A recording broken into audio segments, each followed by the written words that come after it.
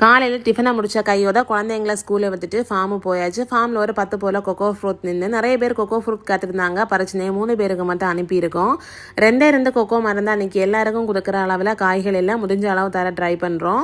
கூட தரளி செடி ஃபார்மில் அங்கங்கே நின்றுச்சு. இன்றைக்கி எல்லாத்தையும் பிடுங்கி மாற்றி வச்சுருக்கோம். ஒரு 10 போல் செடி கிடச்சிருக்கு. எல்லாத்தையும் இந்த மாதிரி கவரில் வச்சுட்டு செடிகளுக்கு தண்ணி எல்லாம் ஊற்றிட்டு கூட வயலில் சேனக்கிழங்கு நிற்கி அதில் 2 சேனக்கிழங்கும் பிடுங்கிட்டு கிளம்பிட்டேன். சாப்பாடு எடுத்துகிட்டு போகாதனால வீட்டில் தான் சாப்பிட்டோம்.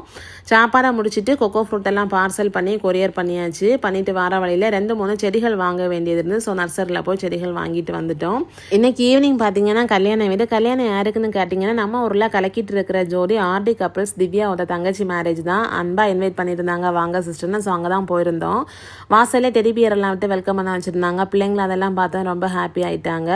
மணப்பொண்ணை வாழ்த்திட்டாங்க. இன்னைக்கு சூப்பராக சாப்பிட்டுட்டோம். சாப்பாடை முடிச்சுட்டு வீட்டுக்கு கிளம்பியாச்சு.